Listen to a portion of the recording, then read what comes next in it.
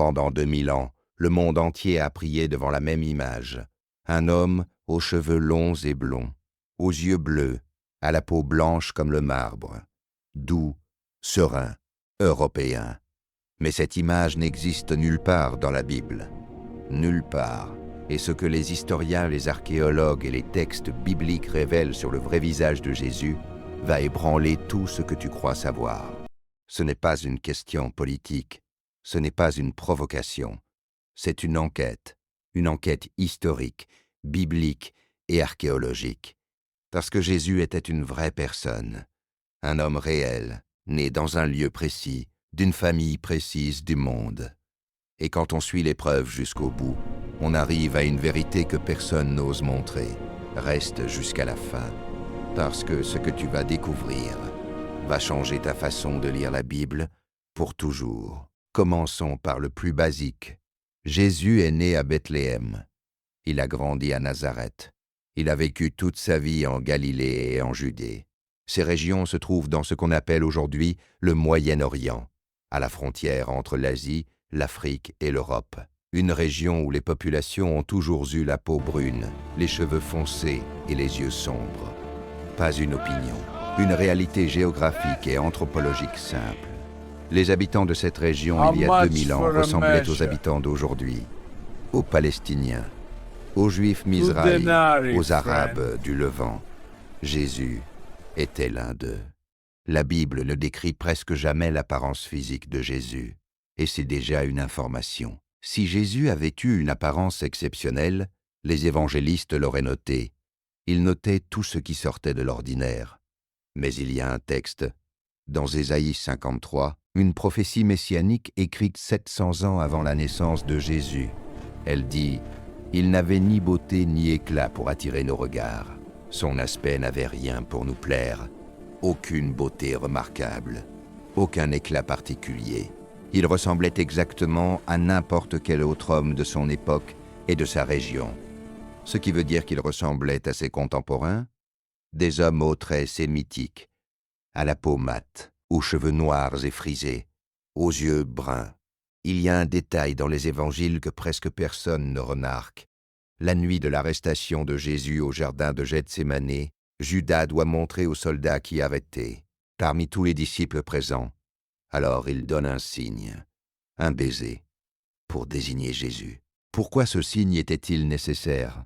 Si Jésus avait eu une apparence unique, extraordinaire, ou même seulement blanche parmi des hommes bruns, les soldats l'auraient immédiatement reconnu. Mais non, Judas devait le désigner parce que Jésus ressemblait à tout le monde autour de lui. Il se fondait parfaitement dans la foule. Un homme ordinaire, au visage ordinaire, d'une région ordinaire du Moyen-Orient. Ce seul détail dit tout. Voici un autre détail que les théologiens ignorent trop souvent. Après la naissance de Jésus, Hérode ordonne le massacre des enfants de moins de 2 ans. Et l'ange dit à Joseph, « Lève-toi, prends l'enfant et sa mère, fuis en Égypte, et reste là jusqu'à ce que je te le dise. » Il fuit en Égypte, et il s'y cache, se cache.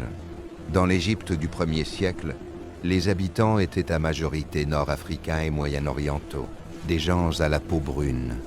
Si la famille de Jésus avait eu une apparence clairement européenne, avec la peau blanche et les yeux bleus, elle se serait immédiatement démarquée dans la foule égyptienne. Elle n'aurait pas pu se cacher. Le récit biblique lui-même suppose que Jésus et sa famille pouvaient se fondre dans la population de l'Afrique du Nord, sans se faire remarquer. En 2001, une équipe de scientifiques britanniques a fait quelque chose de révolutionnaire. Ils ont utilisé des crânes d'hommes juifs du 1er siècle trouvés en Israël, des méthodes de reconstruction faciale légale et les données anthropologiques sur la population de Galilée à l'époque romaine. Le résultat a été publié dans le magazine Popular Mechanics. Le visage reconstruit montrait un homme à la peau brune, aux yeux noirs, aux cheveux courts et frisés, au visage large et robuste. Rien à voir avec les tableaux de la Renaissance. Ce n'est pas l'image de Jésus. Personne ne prétend ça. Mais c'est à quoi ressemblait un homme juif galiléen, typique au 1er siècle. Et tout porte à croire que Jésus ressemblait à ses contemporains. Les toutes premières représentations de Jésus dans l'histoire ne montrent pas un homme blanc aux cheveux longs. Dans les catacombes romaines du IIe et IIIe siècle, Jésus est représenté de façon radicalement différente. Il est jeune, sans barbe, le visage rond, les traits moyen-orientaux. Dans certaines peintures des catacombes, il ressemble davantage à un jeune homme nord-africain qu'à un Européen. Les premières icônes chrétiennes d'Éthiopie et d'Égypte le montrent avec une peau sombre. Les représentations syriennes anciennes lui donnent des traits typiquement levantins. C'est seulement à partir du IVe siècle, quand le christianisme est devenu la religion officielle de l'Empire romain, que l'image de Jésus a commencé à changer, à s'européaniser, pour ressembler à la population dominante de l'Empire qui venait de l'adopter. C'est en 313 après Jésus-Christ que tout bascule. L'empereur Constantin déclare le christianisme religion tolérée de l'Empire romain, puis religion officielle. Et avec ce changement politique majeur vient une transformation visuelle progressive. Les artistes de l'Empire romain et plus tard de l'Europe médiévale représentent Jésus selon les canons de beauté de leur propre culture. C'est humain, c'est naturel, c'est compréhensible, mais c'est une construction culturelle, pas un témoignage historique.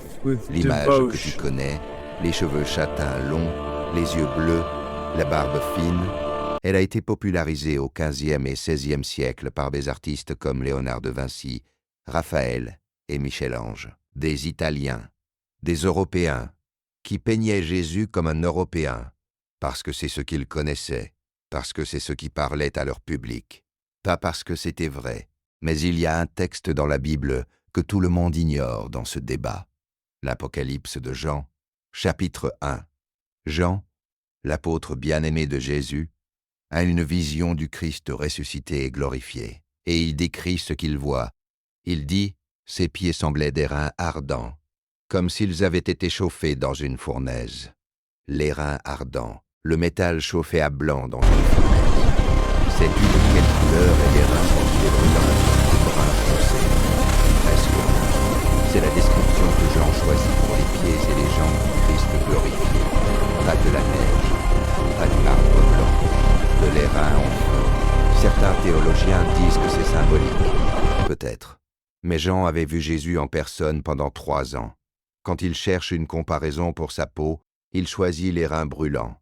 Ça mérite au moins qu'on s'interroge.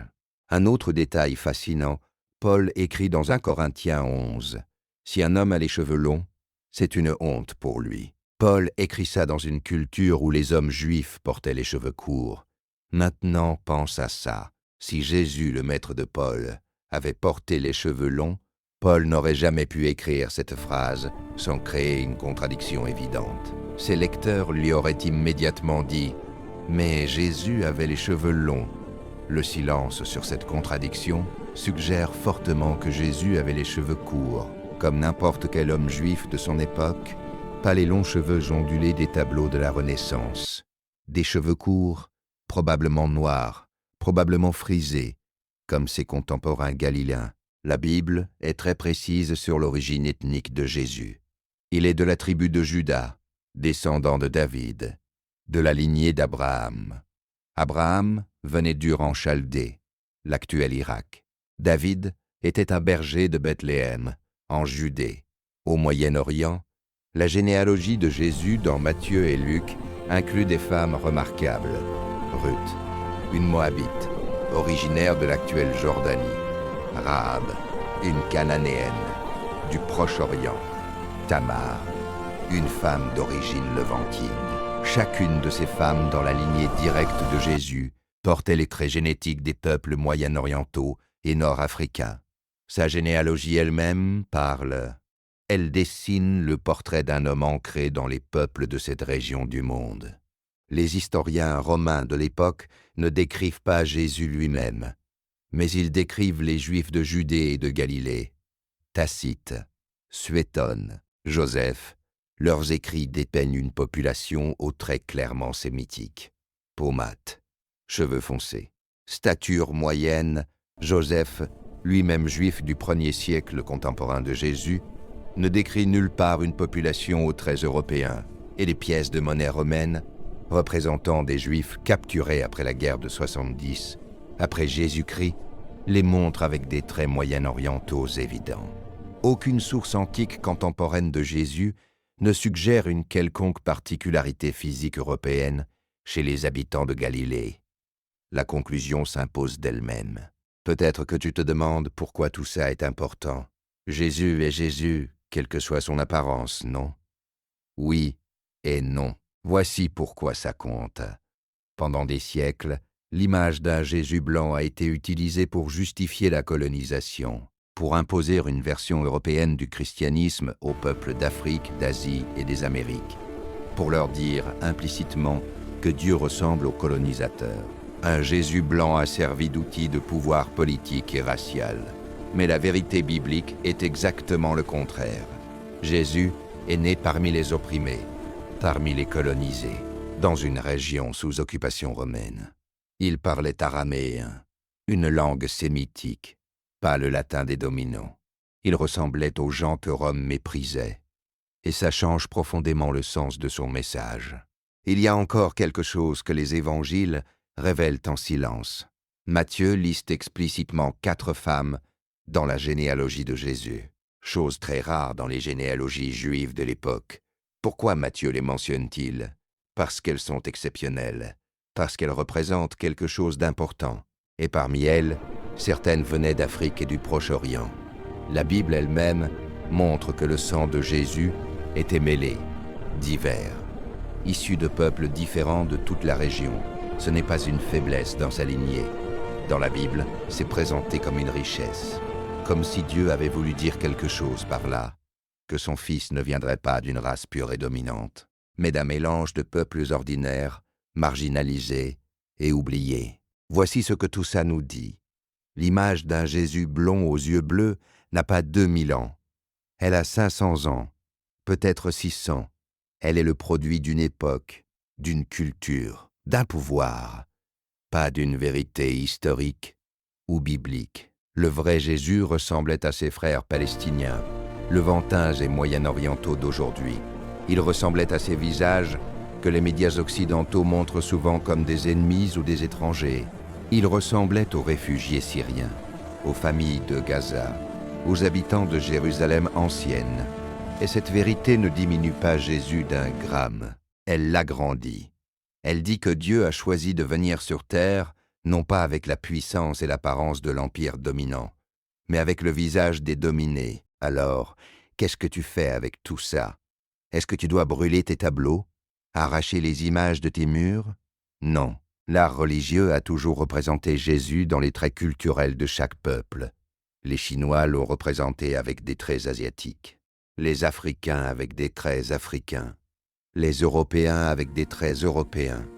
Et c'est beau, parce que ça dit que Jésus appartient à tous les peuples. Mais ce qui doit changer, c'est l'idée qu'une seule représentation est la vraie. Ce qui doit changer, c'est l'utilisation de son image comme outil de domination culturelle. Ce qui doit changer, c'est la réduction d'un homme du Moyen-Orient en symbole occidental. Jésus est né là-bas. Il a vécu là-bas. Il est mort là-bas et il ressemblait à ceux qui vivent là-bas aujourd'hui. La vérité ne menace pas la foi, elle la renforce. Un Jésus historiquement exact, un Jésus qui ressemblait aux gens parmi lesquels il vivait. Ce Jésus-là est encore plus radical, encore plus révolutionnaire, parce qu'il a choisi de naître parmi les invisibles de l'Empire romain, pas parmi les puissants, pas parmi les beaux selon les standards romains, parmi les gens simples, bruns, araméens, galiléens. Et c'est précisément pour ça que son message résonne avec autant de force dans chaque culture opprimée de l'histoire. Parce qu'il était l'un d'eux, il a toujours été l'un d'eux. Si cette vidéo t'a appris quelque chose que tu ne savais pas, dis-le-moi en commentaire. Est-ce que cette vérité historique change quelque chose dans ta façon de voir Jésus ou pas du tout? Je veux lire tes réponses. Abonne-toi si tu veux qu'on continue à explorer ces vérités bibliques ensemble. Parce que la prochaine vidéo va encore plus loin. À très bientôt.